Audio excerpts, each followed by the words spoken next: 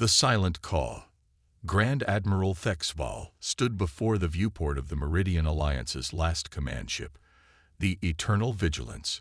His 6 eyes, arranged in a perfect hexagon, stared unblinking at the holographic display showing the latest casualty reports. The numbers were beyond devastating. 17 worlds gone, billions of lives extinguished, 3 of the Alliance's founding species now extinct, their biological and cultural archives, the only proof they had ever existed. The Void Cascade has breached the Antares barrier, reported Science Director Kirlex, her translucent tentacles dimming with despair. At current progression rates, it will reach the core worlds in 27 cycles. Thexval's exoskeleton clicked softly as he turned to face the Alliance High Council, assembled via hologram. The 12 remaining representatives, down from 30, looked haggard, their various biological forms showing universal signs of exhaustion and defeat. The Keldari weapon systems failed, he said, as did the Joram phase barriers.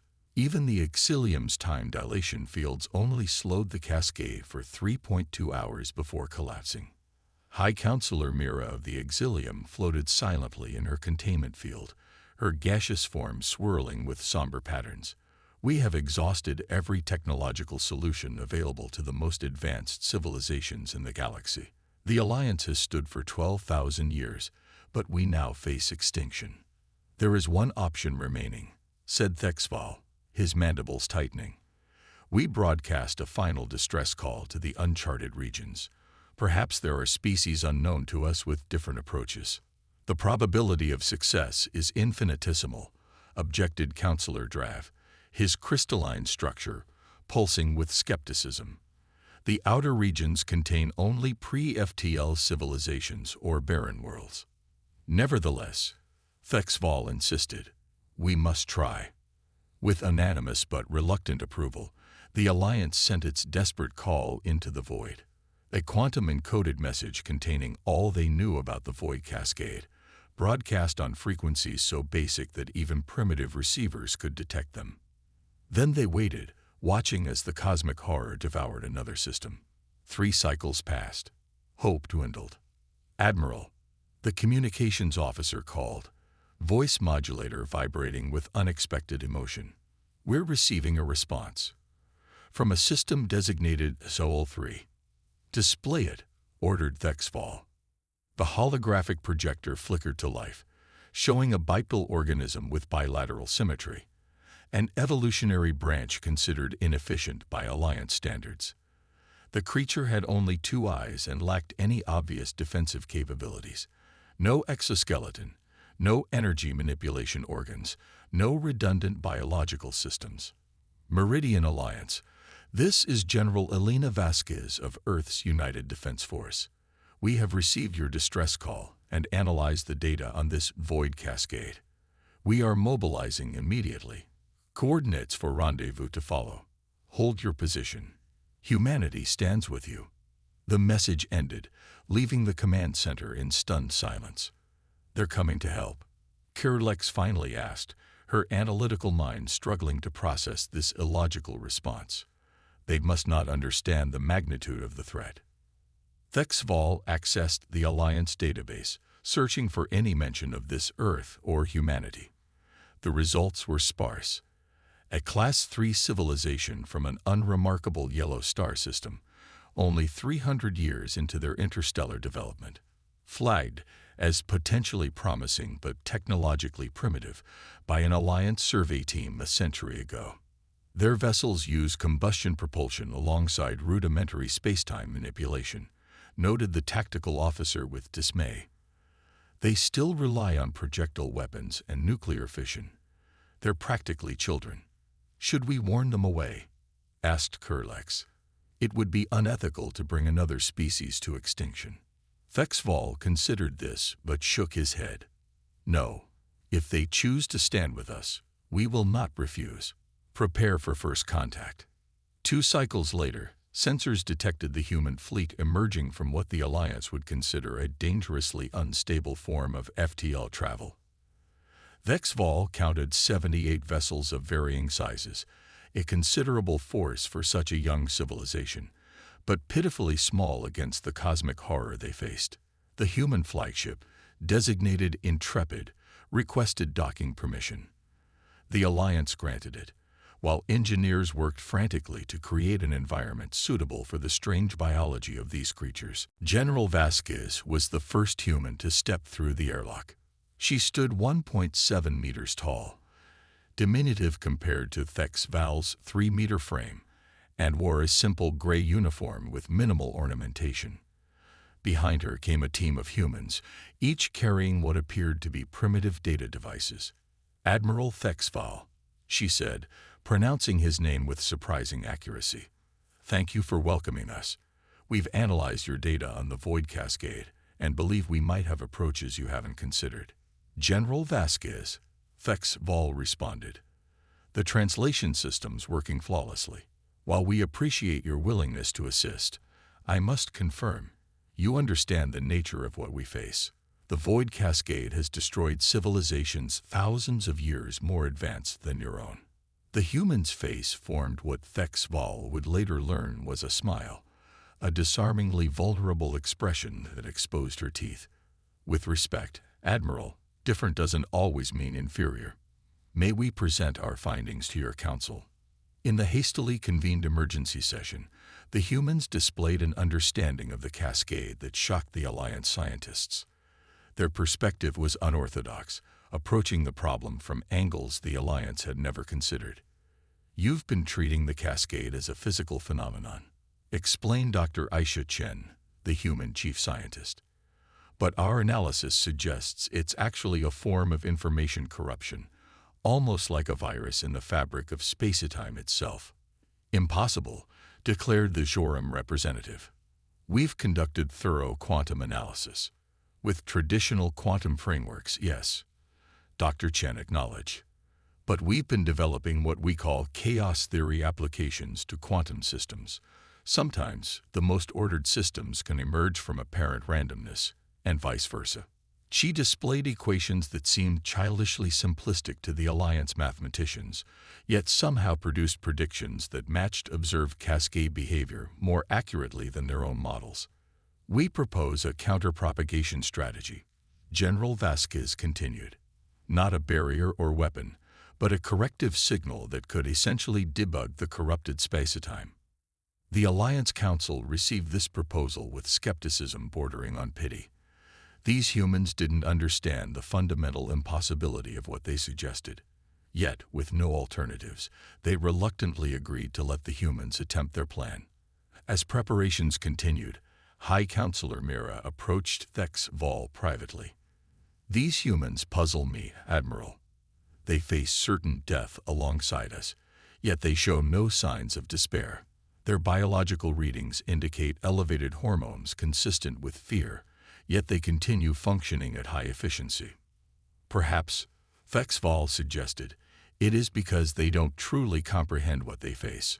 But something in the determined eyes of General Vasquez made him wonder if that was true. The human ships moved into position at the periphery of the Nix system, directly in the cascade's path. Alliance observers noted with alarm that the humans were sending personnel onto the surface of Nix IV, the ice moon that would be the first celestial body consumed when the cascade arrived. "What are they doing?" demanded Kurlex. "That's suicide." General Vasquez's explanation was equally baffling. "We're setting up transmission nodes. Our counter-signal needs to originate from multiple points in real space, not just from our ships. Your people will die," Thexval stated plainly. The human general nodded. "The volunteers understand the risks. They've accepted them." "Why?" asked the Admiral, genuinely confused. "Why sacrifice yourselves for a cosmic phenomenon that has not yet threatened your world?" General Vasquez was quiet for a moment. When she spoke, there was a depth to her words that the translation systems couldn't fully capture. "Because that's what humans do, Admiral. We stand against the darkness, even when victory seems impossible. Especially then. It's how we've survived on Earth since our earliest days, by refusing to accept extinction, by fighting with everything we have." As the sensors detected the first tendrils of the void cascade entering the system, Fexval watched the humans launch their desperate plan, wondering if these strange, fragile creatures understood something about survival that the mighty Meridian Alliance, with all its 12 millennia of advancement, had somehow forgotten. The impossible victory. The void cascade entered the Nyx system exactly as the Alliance models had predicted, a roiling mass of space-time distortion that defied description in any single language. It moved like a sentient storm, consuming light, matter, and even the fundamental laws of physics as it expanded. From the command deck of the Eternal Vigilance, Fexval watched the human operation unfold with a mixture of admiration and pity. Their plan seemed valiant but doomed, a primitive species facing a cosmic horror with what amounted to sticks and stones by Alliance standards. "The cascade has reached the outer detection grid," reported Kurlex. Estimated time to Nyx IV, 17 minutes. On the tactical display, the small dots representing human teams on the moon's surface continued their work, seemingly oblivious to their impending doom. General Vasquez. Fexval addressed the human commander, who stood calmly beside him. "Your people must evacuate now if they hope to survive." "Not yet," she replied, eyes fixed on her data tablet. "The transmission network isn't fully calibrated. There isn't time." For the first time, Vasquez looked up at him with an expression the Admiral couldn't interpret. "There never is, Admiral, but humans are very good at working under pressure." True to her word, the human teams continued their preparations as the cosmic destruction approached. Fexval noticed something odd about their work pattern. It appeared chaotic, uncoordinated, with teams making seemingly redundant modifications and spontaneous adjustments. "Your operation lacks efficiency," he observed. "Your teams appear to be acting independently rather than following the unified protocol." Dr. Chen, who had joined them on the bridge, actually laughed, a sound that startled the Alliance officers. "That's by design, Admiral. We're implementing what we call a dynamic response matrix. Each team is observing the cascade's behavior in real time and adjusting their configurations accordingly. But without central coordination." "With respect," interrupted Chen, "central coordination would create a single point of failure.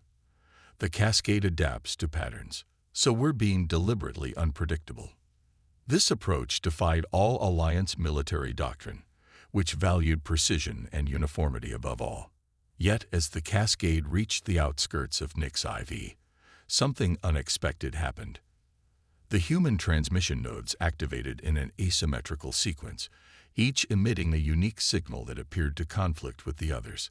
The result should have been cacophony. Instead, where these conflicting signals met the cascade, small pockets of normal space began to reappear. "It's working," exclaimed Kurlex, her tentacles brightening with surprised hope. "Partially," cautioned Dr. Chen.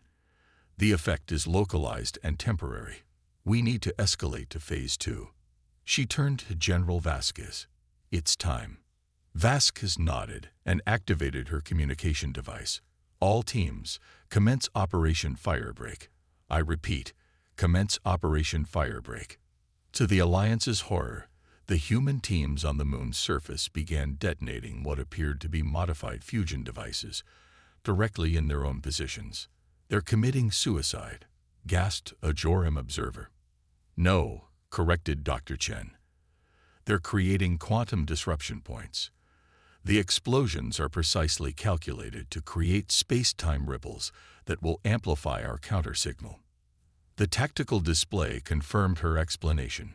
Each detonation created a visible disturbance in the cascade's advance, and the human teams, impossibly, were evacuating through these temporary ruptures, being extracted by small, agile craft that darted through gaps that existed for mere seconds. "How did they calculate such precise timing?" wondered Kurlex aloud. "We didn't," admitted Chen. "Our pilots are flying by instinct and reaction. Humans call it threading the needle, something we've always excelled at." As the human fleet reorganized, Fexval began to understand their strategy.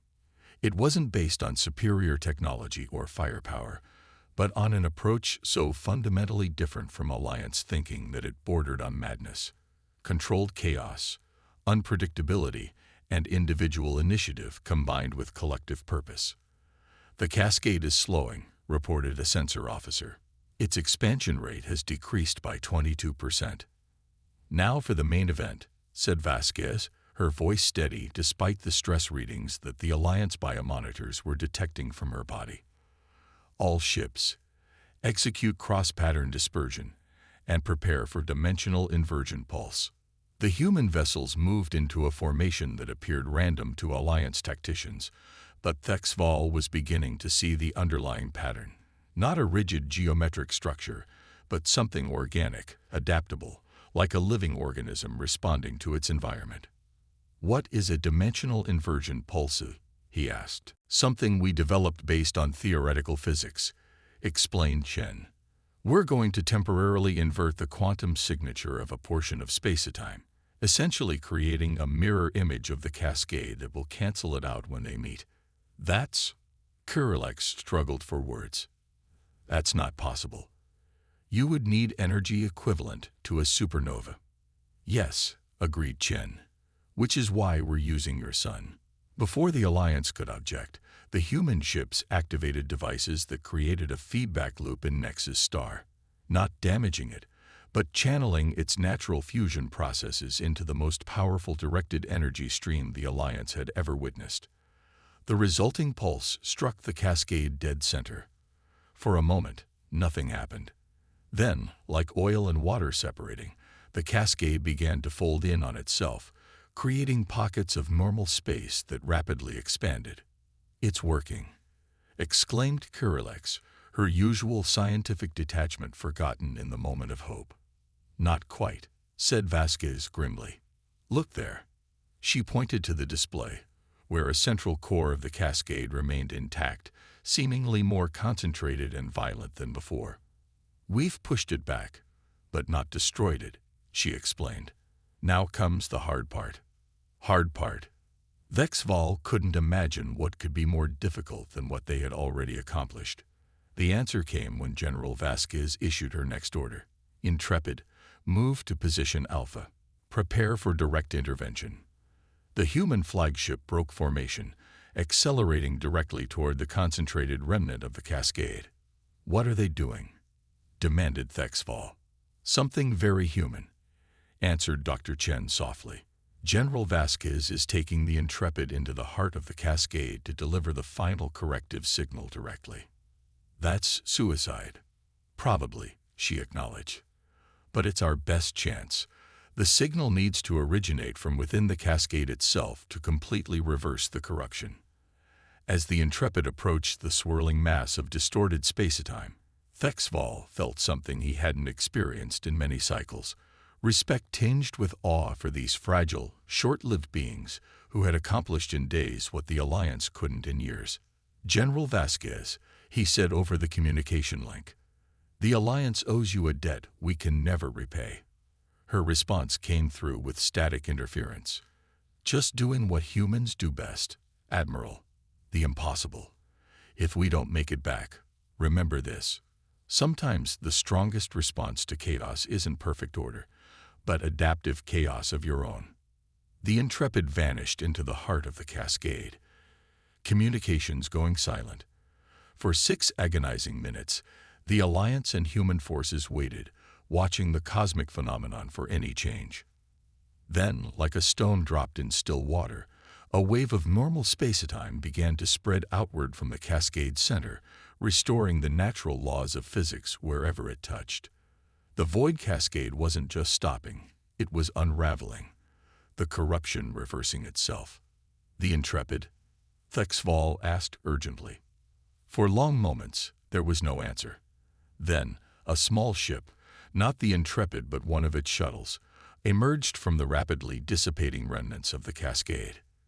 "This is Captain Rivera of the Intrepid Shuttle Perseverance," came a tired voice. "General Vasquez and most of the bridge crew didn't make it, but they completed the mission. The cascade has been neutralized." In the cycles that followed, The Alliance and humanity forged a partnership unlike any in galactic history. The humans, with their primitive technology but revolutionary thinking, were invited to join the Meridian Alliance as full members, an honor typically reserved for civilizations at least 1,000 years more advanced. When questioned about this unprecedented decision, High Counselor Mira gave an answer that would be recorded in Alliance archives for millennia to come. The humans showed us that advancement isn't measured solely by technological achievement, but by the courage to face the unknown, the creativity to find solutions where none seem possible, and the willingness to sacrifice for others. These qualities, more than any weapon or scientific discovery, are what truly defeat the darkness.